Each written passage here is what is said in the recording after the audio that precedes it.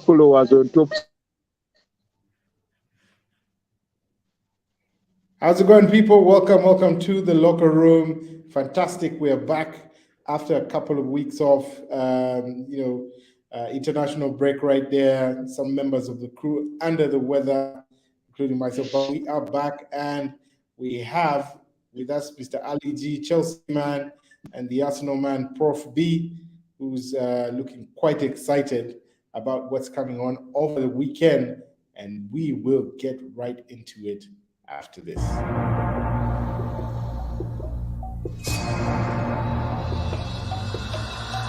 Bukayo Saka! Anthony! Salah! Beautiful from a Birmingham! There goes Haaland. He's on.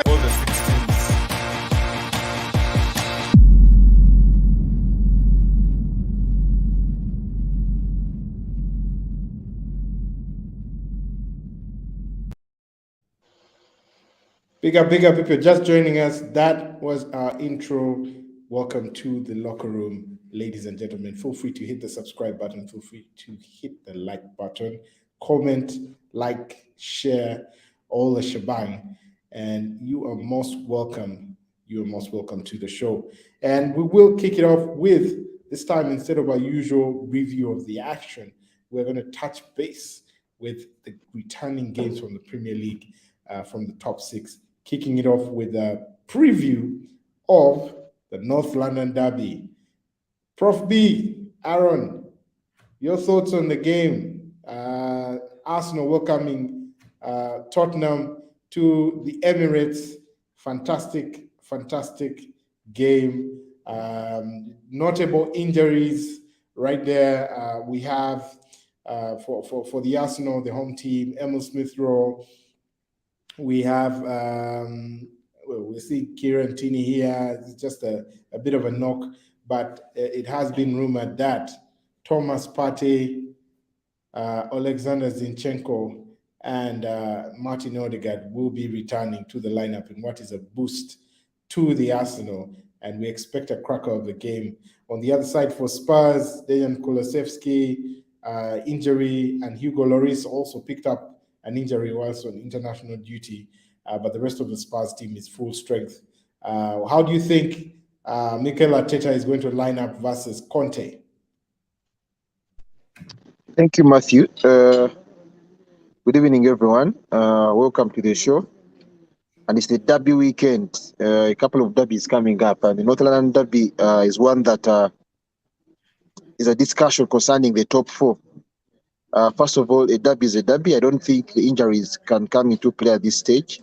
So I don't think when we talk about injuries for their keeper, Lloris, or Partey returning to the team, or Smith-Rowe, etc. A derby is a derby, and any player for a derby knows what needs to be done on a derby. But also Arteta is excited, he's at the top of the table. And as Arsenal, I think we have a plan for this game. We'll go out attacking. We're banking on our boys, that is Odegaard being back into the team. We're having Jesus, now that didn't go for internationals, should be fit and ready to go to show the Brazilian coach that he left someone behind that is angry for goals.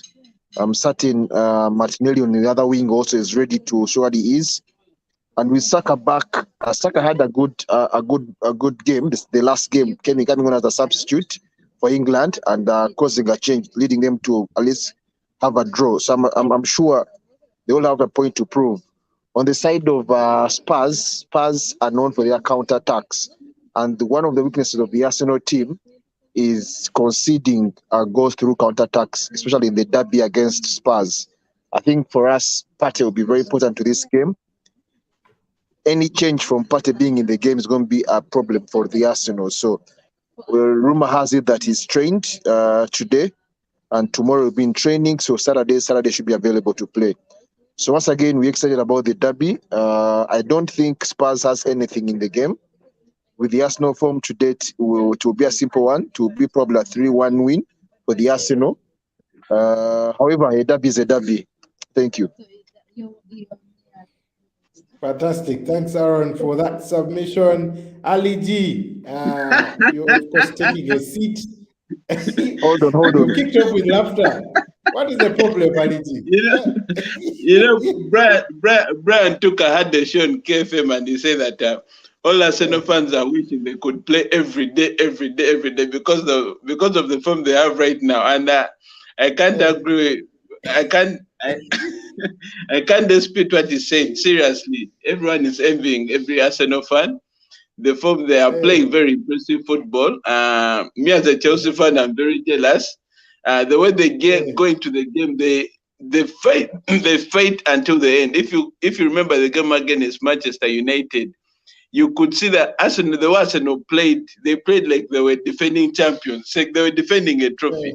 The fight they put on was very impressive. So, but this is a derby, a North London derby. Obviously, we want Arsenal to lose it. We shall be out there supporting Spurs. I don't want to. So, and usually we know the people who come out and kill Arsenal. We have Son, we have Harry Kane. So we shall be supporting Spurs so that Arsenal can drop some points and they join us who are trying to enter the top 4. But there's no doubt about it. Arsenal is very impressive. I like how they are approaching every game. But if you remember the Chelsea Spurs game at the beginning of season, it was very tactical. Thomas Tuchel and Antonio Conte, there's the way they changed the formation at the beginning and the second half. So I hope Arteta comes all out with all his tactics because Antonio Conte is very tactical. And so all I can say that if Arsenal comes out with a win in this game, we shall. This is the game that will give us the haters to know that okay, Arsenal is really out for blood this season. Yeah. But man, I thought you hated Spurs more than you did Arsenal. I don't know what's the problem now. Yeah, now I hate both Arsenal and Spurs. But now London Cowboys. Arsenal is trying to run away with the league so fast. So we just want them to drop some points so that they can come back to the mix where we are all, so that they can also fight for the top 4. But so we are hoping Arsenal drop points. Yeah, that's what we want. Right. What do you think? That it sounds like you're gunning for a Spurs result there, be it draw or win. How do you think Antonio Conte is going to set up? Obviously, we expect a counter-attacking style of play from Spurs. It's probably a blessing in disguise that the Arsenal faced Manchester United and got a taste of what counter-attacking can do, the dangers of a high line and so on and so forth. So I expect Arsenal will be a bit more conservative. But Ali G, on your side, what do you think will be Conte's setup? Do you see him being more conservative in his approach, sitting back, soaking up the pressure, and then hitting up on the counter? Or do you expect him to be a bit more expressive, considering he has a lot more attacking prowess than he did last season? I mean, you're looking at the new boys in that team. Kulusevski's injured, fine, but you have Richarlison slotting straight in. You have Perisic, who's actually been very good, very, very good. And you have a more settled midfield in there with Højbjerg and Betancourt, of course, Bissouma waiting on the bench. So it's quite a formidable team. Kane has been on form, good form. He usually has a slow start to the season, but this season is right up there, trying to challenge Haaland at the top of the scoring charts. But Heung-Son Min hitting form at a fantastic time for Spurs. Yeah. What a hat-trick in the last game. So it does, I mean, it's a derby, definitely. Form goes out of the window. But how do you feel Conte will get that result? Conte will try to get the result, but we need to also remember that Arsenal is at home, so they have all the confidence.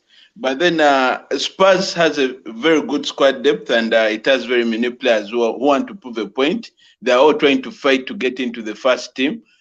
Son, like you say, there's Son, there's Richarlison, there's the midfielder they got from Brighton. So they have a very good squad depth, and they can't be conservative.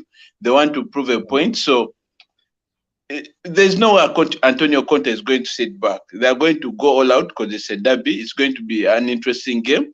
Arsenal won't sit back. Spurs can't sit back. They all want the points.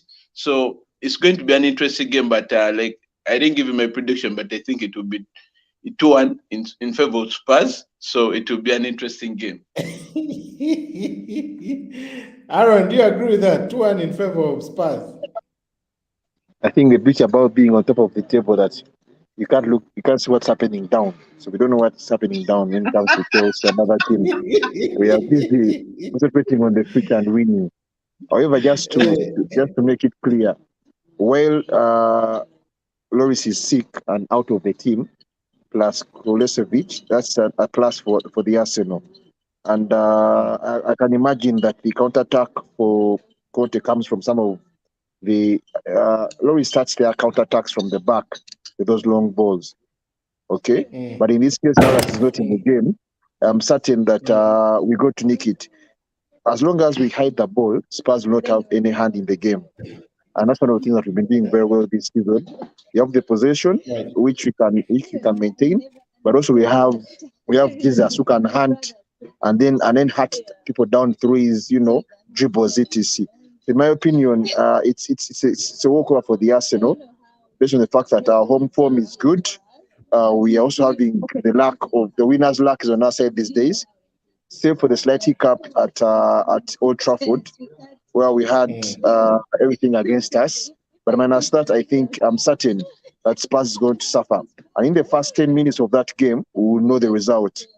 If Spurs can hold Arsenal out for the first 15 minutes or so, then to either be a draw or an Arsenal loss.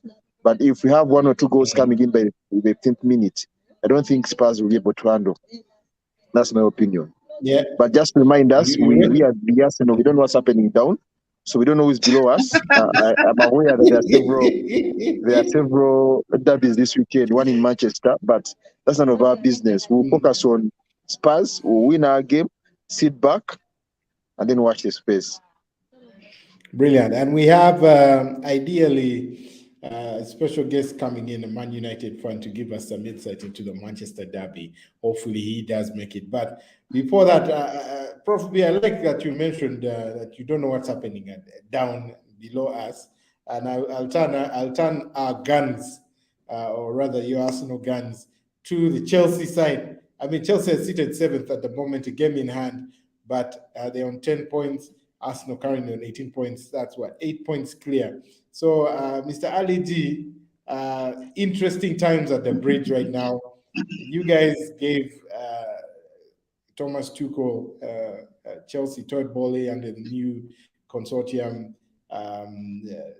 ownership there, gave Todd Bowley in excess of $200 million to spend this summer transfer window, and the guy was out after his first loss in the Champions League, which was quite shocking for many. And in came Graham Potter, and in with that the new nickname for the Chelsea boys, the London Cowboys, because we seem to be doing things in such an American way.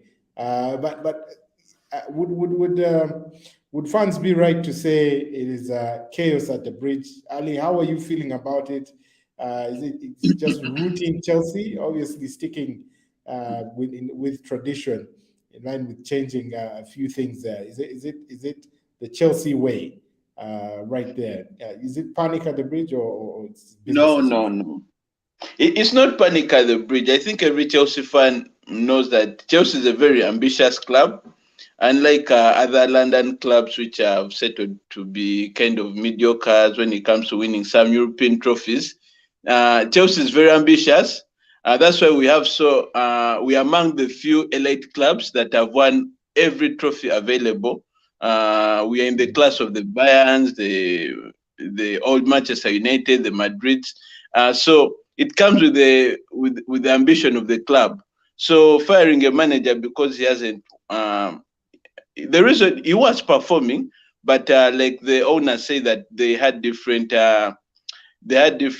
ways of how they wanted to set up the club. So and Todd is that's what went wrong. Yeah, that's what went wrong. Definitely, you can't fire a manager who won you the Champions League, who won you the Super Cup in just a few games when you're just finished you're just going in a shopping spree. So it's because Todd said that Thomas Tuchel is a very good manager. Is very tactical. He can win everything, but they had different ways of how they wanted to set up the club for the future. as you can see, Todd, he went all out. He spent $40 million in the summer to buy young stars. He wants to buy a club in Portugal to be like a feeder club for Chelsea. There's a way he is trying to do his thing the American way to generate money, to sustainable solutions for the club for the future, not the way maybe Roman was doing it, that he'll fire you and he gets someone next season to win you something. So as a Chelsea fan, I don't say that we are scared because we've seen all this happen. We fired managers and the next manager comes in to win trophies for us. So as in, this is the Chelsea way. We are very ambitious, and that's why we have managed to stay on top of many other London clubs which are trying to be on top of the league. But this is just early excitement being on top of the table. So we know how the season will end. It has happened many times. You start that way, even under Antonio Conte's reign. I remember with Chelsea, we didn't start well, but we won it at the end of the season. So Graham Potter is a very good manager. He's very tactical. There's a way he plays his football. He's attacking. He doesn't sit back, because that's something that's the way Chelsea was playing that we don't appreciate. We have possession 70%, but when there are no chances on target, there are no goals. The expected goals are more than what we've actually scored. So let's give a chance to Potter and we see what he will give us. I don't want to say that we are scared or we are negative. So we are hopeful for the best because it has happened before, and I'm sure it shall come up. Chelsea, it always happens with Chelsea, and we always win something big. So you can expect it that we shall win something big this season. Yeah, well, I mean, the League Cup is up for grabs, so you can start from there. I don't know about the rest of the. I don't know about the rest of the tournaments, my dear Ali G. But you will see what will happen. You will see what will happen. You will see what will happen. Yeah, but I think Graham Potter is a decent manager, and we pray it clicks for him before. Yeah, it will click. It will click. Yeah, December. I mean, already, not very positive results in the Champions League in his first game there.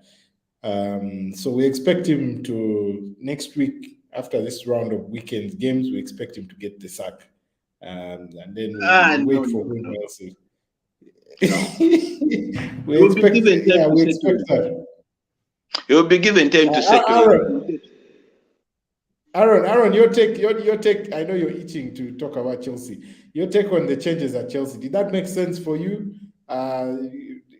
Odds are that yes. You're likely to succeed Graham Potter. Yes, no. To be honest with you, Graham Potter seems to have a different approach. To be honest with you, and we've not yet seen them play. We want to see them play come this weekend. However, Premier League is the Premier League. Players tend to play well for a new coach, so we hope to see something change for Chelsea. However, like you said earlier, we don't know what's happening below the Arsenal. We don't know what's happening in the 8th position, whether there's a game in hand or not. We wait to look at the results at the end of the weekend. And then we see what happened. We're not concerned about people below the top 4. They are not competitors with us. They're just participating this season. So I'm not sure I know what's happened, who they are playing against. I know they have a new coach. I know they have a couple of players that have come in. But we'll get to see results come Monday evening. For now, we're focusing on the derbies that are important to the Premier League. Chelsea is not among the derbies this weekend. We're not bothered really. Ali G, sorry, bro, but all the best. Well, Prof, I like how you put it. Ali G, take heart. There is your game this weekend is away to Crystal Palace at Selhurst Park. That's probably going to be a cracker of a game. I think it's also going to be quite exciting. It's going to be a massive test for Chelsea, and we'll see what happens at Selhurst Park there. Welcoming the fresh boy, Mr. Manzi Kajina, Man United man. You're most welcome. Thank you very much. Yeah, welcome to the studio. Ali G is in the house, and Prof B, Mr. Arateta, just been bickering here about Chelsea and how they are London Cowboys FC, and they're actually way below Man United as well in the league. Yeah? Chelsea in 7th place. Surprisingly, Liverpool below them in 8th. Jonah Kajimba will have something to say about that. But looking interesting. And we'll move on now that Manzi is here, our VIP. Let's move on to discuss the other derby of the weekend. I mean, a cracker of a weekend this time around in the English Premier League. And you do have Manchester. Matthew, I'm entering the car just in case I don't speak, but please carry on. I'll be listening in. Please carry on. All right, no worries. We had Aaron is on the move. Yeah, no worries. And Manzi, we have a Manchester derby coming up this weekend. I don't know what your thoughts are around that or how your feelings are, but you, the Red Devils, head over to the City of Manchester Stadium, or the Etihad Stadium as it is now called, and looking to get a result against a resurgent Manchester City. And your injury list is actually looking quite worrying in terms of Manchester United. Just to read, have Marcus Rashford down. The notable absentees: Marcus Rashford, Anthony Martial. Well, Harry Maguire picked up a knock. What do you know? I'm sure you guys won't be celebrating. Won't be excited about having him in the squad, anyways. And some other absentees who are not really major. And then for Man City, basically full squad. They only have John Stones and Aymeric Laporte down. That's of course two key stalwarts of the defense, but having replaced or having brought in the likes of Manuel Akanji, and with Nathan Ake and Ruben Diaz there, you don't expect them to be troubled. But Manzi, your thoughts on the Manchester derby? What is going to happen? Yes, thank you, Matthew. My thoughts are not very, should I say exciting? They're not very optimistic against Manchester City. Of course, guys will say, this is United and whatnot. But personally, I think City will beat United, sadly. I think they will hide the ball for like 85 minutes. Then we'll play like for 5 minutes. Have like one or two counters, score a goal or two. But when it comes to City's midfield scoring, Haaland is unstoppable. Our defense is good, but the fact that they are very good on the ball, they will hide it for a very long time and they won't allow us to play. So I think City will win. It will be maybe 2-1, 3-1, something in that direction. No hope at all for Man United. I mean, if you were to, what would Ten Hag have to do to get a positive result, even if it were a draw? The first sign of hope is the fact that Maguire hopefully won't play. So there's a chance if Maguire doesn't play, you can have a draw. Let me say. He's injured anyways. He's injured. Yeah, he's injured. But that's the only thing that I think Maguire had to do. And he has done it very well. He has benched Maguire, has benched Ronaldo. I think the team is becoming stronger because of defense. When defense is good, even De Gea trusts the defense. He can pass the ball to them without, conceding a goal. Casemiro, Eriksen, I think the players are all good, but it's just that City is another level.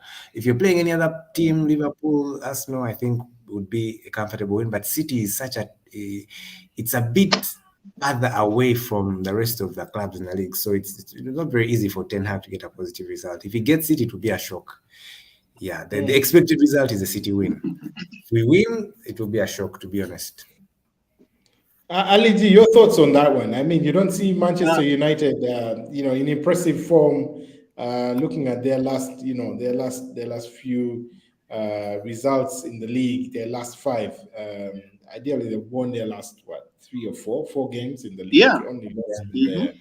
Only lost in the UEFA League, and of course they bounced back from that as well.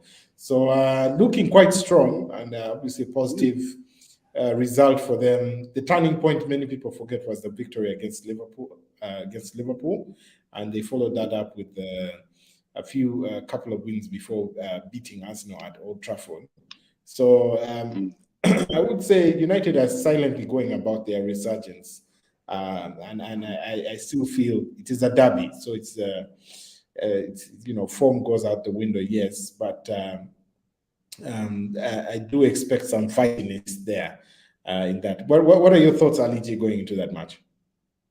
Yeah, it's a derby at Etihad, and we all know Etihad is a Dow stadium. It's not like they have fans who are very, very noisy like playing at Anfield. So, and Man United has been a rejuvenated squad. They got good results against Arsenal and Liverpool. So I think they can get a draw because we all know Man City, they are very good. They'll hide the ball, and offensively they're very strong, but defensively they have some.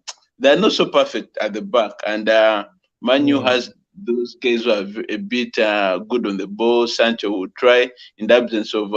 They'll miss Rashford, of course, because Rashford has been. He has been doing something good. I don't know, Eric. He had this trust in him, which we didn't see with the previous manager. So he has been delivering. So with Sancho, Anthony, unfortunately that Marshall won't be in, but they have some guys who do the job. We all know what Ericsson can do. He's a very good guy. So you can't count Manu out. I think a draw will work for them, but you can't be surprised if they can get even a win because they've done it at Etihad. So when actually Man City was also on form, so they've done it before. A derby is a derby. So I'll be out there supporting also Manu. Usually when such shockers come in, they try to balance the table. So I'll be out there supporting Manu also in this game, hoping for the shocker. He'll be there supporting City, man. He's just saying that. I'm saying that because that's the table to be balanced. We are conceding like but Ali T, please let's make sense here. No matter how much by which margin Man United and Arsenal lose this weekend, it's still no way. You're 8 points behind, man. I know, Ben, but how many games are these? Only less than 10 games. You remember when last season Arsenal was hoping for the top 4. You remember what happened against Newcastle on that cold Monday morning? Night. So I remember. But you see, the problem with Chelsea guys is. There are so many games to go. There are so many shockers, so many surprises that are going to happen. So right now we just need the table to be balanced a bit. Because Arsenal is trying to run away, Man City is running away. So any disappointments for them will help us balance the table. I like how you insist on using balance. Chelsea fans always, they always count possession as goals as well. But maybe that's why Mr. Ali G is talking about balance. It's going to take a few games for London Cowboys FC to catch up. Yeah, but definitely interesting times there, and action-packed weekend there, and I'm sure we will have so much more to catch up on. If you're just joining us, welcome. Hit the subscribe button, hit the like button, and feel free to join the action and check out part of our previous action points. Looking at ideally the table, the way it's standing right now, Arsenal at the top of the table, 7 points played, 18 points, 1 point behind them. Manchester City, same number of games played, but with 17 points, of superior goal difference there, and 17. Arsenal on 10. Spurs sitting third, also tied on 17 points. So I mean, the North London derby is also going to determine who stays at the top of the table. If Spurs actually win that, they'll go to the top of the table, and then after that you have Brighton, who have just been deflowered of Graham Potter. So I don't think their momentum is going to go ahead, and below them Manchester United, both on 6 games played, 13 points for Brighton, 12 points for Manchester United. And then the relegation candidates follow: Fulham, Chelsea, and Liverpool follow. And very, very, very interesting games. Manzi, you missed the discussion on the North London derby. I'll just get your take on that before we wrap it up and focus all our attentions focus our attention towards the weekend's action. Arsenal welcoming Spurs to the Emirates. What's your take on that game? First of all, your prediction for that game, and how do you think it will pan out? That is a sure win for Tottenham. It's there's no two ways about it. It's very routine is a win, and it's not because I I dislike Arsenal, but I think Tottenham is starting to gel well with Conte, and I think that handshake of Tuchel and Conte is what led to the downfall of Chelsea. Man, the guy was too aggressive in the greeting, and now he was even bounced. So when I think about guys greeting to super glue, man. I don't know how it goes at Stamford Bridge, dude. I think Spurs. I don't know what has happened to Son. Like that moments of the season where Son just becomes the GOAT for like 3 months. And it is that time where he has goatified. He has taken some GOAT medicine. So Kane playing with Son, they're playing very well. They will rain goals. So my prediction would be like, I know they're also poor defensively. So like 4-2. You can score 2, but they'll keep scoring. So they'll outscore you. So you're both poor defensively. But okay, you guys are better. You're better, but they'll outscore you. They know how to. Kane knows how to score. And he has been at it for the last, I don't know how many seasons. I think he will score many goals. So my prediction would be 4-2. And the guys will come back. I like that. I like that. How did you hear that? 4-2 to Arsenal. As long as Arsenal is not on top of that table. No, Matthew, what are you saying? I said 4-2 Tottenham. 4-2. You said Arsenal to Arsenal. Tottenham 4-2. No one wants Arsenal to win. Please. It's not about wanting Arsenal, but Tottenham is just superior. They're just better. As long as Arsenal is not on top of that table, I'll be very happy because they're making so much noise. You know, it's surprising that I'm in a WhatsApp group with just Arsenal people are making noise. And when they check the other leagues, the Arsenal Women's League, the Premier League for women, Arsenal is on top. The under-21s, Arsenal is on top. So they're making so much noise. Like they're on top of every table. So we need Spurs to help us try to destabilize this thing. But also, Matthew, I don't know if this break of 2 weeks, 3 weeks is going to affect the league. Because, man, guys, I think I've been eating a lot. Maybe they've forgotten how to play football. Whenever I have these breaks, guys come back.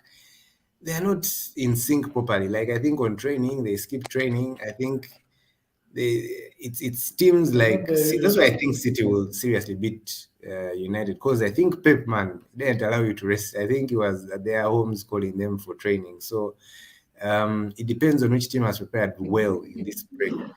Some teams are going to come back and they are fake. You're like, have these guys ever played football before? Yeah, so... Yeah, but I mean, Pep Guardiola and Eric Ten Hag more or less come from a similar school of thought. I mean, both disciples of Johan Cruyff, the total football of the Dutch, having an impact, obviously honed to perfection at Barcelona with Guardiola and those incredible teams that he did have, right? And let's not forget, for those who may not know, Eric Ten Hag, before getting sufficient experience at Ajax in the Champions League and winning some titles in the Eredivisie, also coming up and actually gaining some experience under Pep Guardiola as Guardiola's assistant at Bayern Munich for the time Guardiola was at Bayern Munich. So you have someone who actually understands, who knows how Pep plays, and it's interesting it's interesting how the top six is being shaped by some disciples of Guardiola or Guardiolism, for lack of a better word. I mean, you see the influence across Man City, Arsenal, and now United. And then on the other hand, you have heavy metal football of Klopp and Gegenpress. And then the pragmatic side of it with the Conte and counter-attacking side of it. And then, with Chelsea, we just never know. It's too much Katogo. We just never know what style of football they're But going to you play. just see the trophies. You see the trophies coming in. That's what they call being effective. Those are flukes. You can't fluke to Champions League. It's called being effective. Those are flukes. Those are flukes. Oh my goodness. But anyways, Ali G, what was your prediction as we bring it up to a close? My prediction was 2-1 in favor of Spurs. Yeah, and Spurs. And the Manchester derby. I'm seeing a 2-2. Manchester derby 2-2. Yeah. Yeah, 2-2 draw. So see. All right, Manzi, you said 4-2 for was that for Spurs for us? For Spurs. Yes. Spurs, just making sure. And then the Manchester derby. 3-1 City. You're not even going for a draw, man. He's not a believer. Draw. Not a believer, man. Man. And yet you put on your United jersey. United jersey of all the legends. Bring in for the legends. I'm realistic. Guys might want to believe, but my friend. Anyway, Sunday is not very far. Let's wait and see. Yeah, let's wait, and then we'll wish Chelsea well in their small London derby at Selhurst Park against Crystal Palace. Just remind you guys again, and remind Mr. Ali G the gap between Arsenal at the top and of course the Manchester Uniteds and Man Cities of this world at the top, and Chelsea currently was at 8th place. You could liken it to the height gap between Lisandro Martinez and Erling Haaland, but we will wait to see if that is going to make a difference on Derby Day, ladies and gentlemen. Thank you for joining and tuning in. Please feel free to catch us Monday night when we review the action from what is going to be a fantastic football weekend, and we will be excited. It's a good weekend for football to return, man. If football had returned on some fake weekend, some funny weekend. But this weekend is packed. Action-packed weekend. We expect fantastic results. Thanks, Ali G, for joining in. Thanks, Manji, for coming in and joining in as well. We do have a comment here just before we sign up from one of our live watchers. Wrong predictions all around. Kevin, and an Arsenal fan there, the Arsenal legends. Not agreeing with the predictions. Tell him to post his predictions. He wants us to give Arsenal a good prediction. Yeah, of course. He expects you to give a good prediction right there. Thanks for tuning in. But Matthew, what were your predictions? Yeah. I think I missed them. Matthew, what were your predictions? Oh, mine. Oh, all right. Before I sign out, no, Arsenal, I expect us. North London derby will be packed with goals. So I expect Arsenal to come out 3-2. And that is only because I've had Thomas Partey's training and will be fit to join. And we also expect Zinchenko to return, as well as Martin Odegaard. So for me, the spine of the team is intact with the form that Saka exhibited in the international break, and with Gabriel Jesus, Saliba. Saliba played, but Gabriel Jesus rested as well. I think we'll have a full strength Arsenal squad, which means we have we're likely to see some stability from the Arsenal. So I expect a result there from them, 3-2. In the Manchester derby, I expect a 3-1 win for Manchester City. I think Manchester United will hold their own for the first half, but City will come in and overpower them in the second half. And those are my predictions. Manzi, we'll wait and see whose predictions hold water come the end of the weekend, and on Monday when we come back here with the locker room for the review. So thank you very much, and have a good night or have a good morning, depending on which corner of the world you're in, and we will catch you soon.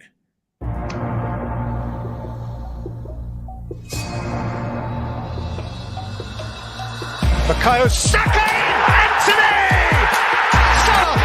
Huge support from Aubameyang! Kane! There goes Haaland. He's on.